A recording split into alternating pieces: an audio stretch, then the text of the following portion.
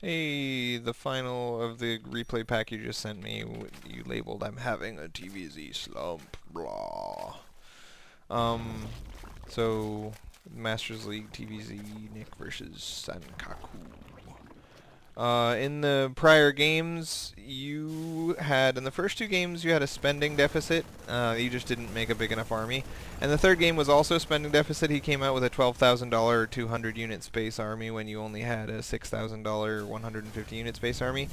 In the first two games, the reason your army spending was so far behind was because, ooh, this is the 7 racks Marine all in, right? Yeah. Anyway, in the first two games, the reason your army was so far behind was just because you spent a lot of money on tech and not on army.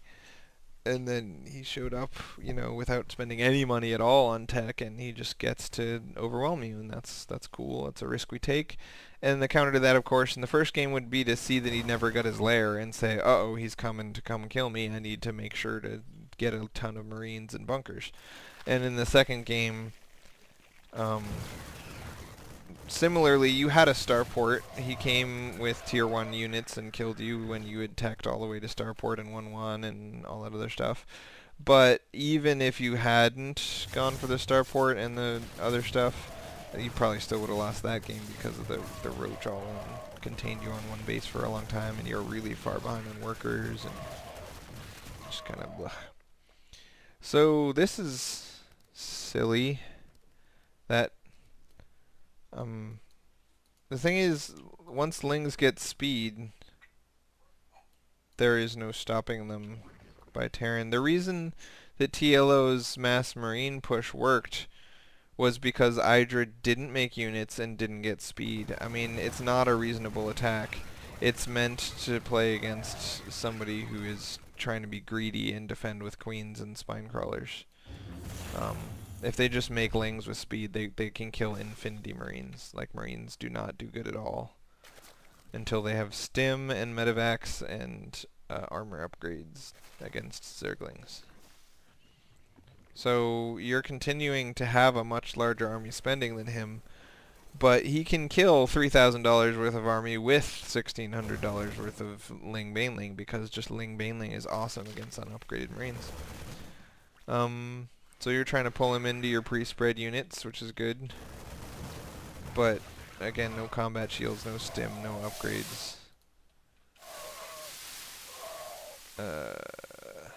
And he's just gonna make more waves of Lings. Yeah, the problem is reinforcement-wise. Ooh, you found an expo over here. See, reinforcement-wise, he can catch up to your army spending, and once he's caught up, I mean, he basically broke even on that first attack, second attack, and now, oh, he spent money on mutas. He might die. If he had spent all that money on Lings and he had equal army spending to you, and it was all Lings, you would just crush your face, because you've got no ups, yo.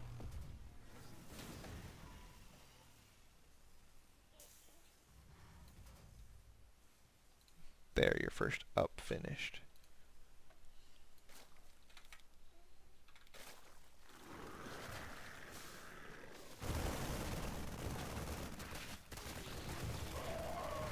Alright, so at this point he's spent more than you on army. You have lost more than him, dollar-wise, but you have stimmable marines and medevacs on the way, and he's got a lot of mutas, so this is looking okay at least. I mean, not great. With all your guys bunched up walking near creep tumors, he can see you and it might intercept at this point. That'd be bad. And you're retreating back here and taking a third at the same time. The thing is, the only way for Zerg to get map control is the threat of a counterattack. So if your units are back in your own base, this third is completely unsafe.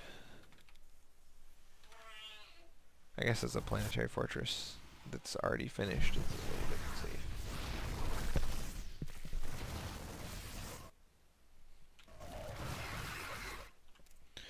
So you're doing okay. This spending wise. You've got double his income. Your spending on army is a little bit less than his, but not a lot. Your army size is a little bit smaller than his, but not a lot. And he's got a lot of mutas, so that's good for you. 0-1 upgrades for you, and 0-0 for him, and 0-1 mutas for him. Looks like he mopped this up, but you've got 2,000 bucks in the bank, so you should be able to follow up with a couple more attacks. Hopefully you built enough racks. I mean, you started off with 7 racks. You should have... Oh, you never built reactor cores. You're in big trouble.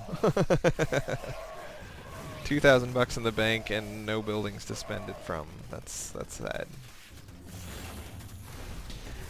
So yeah, rocky start, bad just strategy in general, but then you had a really good chance to win it, and then you just let your money pile up and never got reactor cores. So I would say don't discount this game altogether. You had a bigger income than him, and you had the right units to counter his army, and you just didn't make reactor cores. So when I make a little mistake like that, like not building reactor cores, I don't hold that against myself. Just say, well, next time we'll make reactor cores. What's up? So now you lose. Go on, eventually lose. Anyway, I'm not gonna go to the end of the game. I get it. You lose.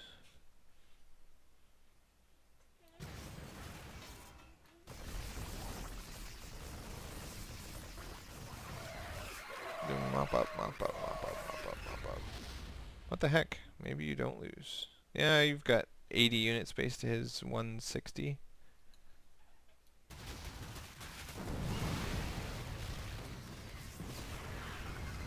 Squish, squish, squish. Alright, there you go.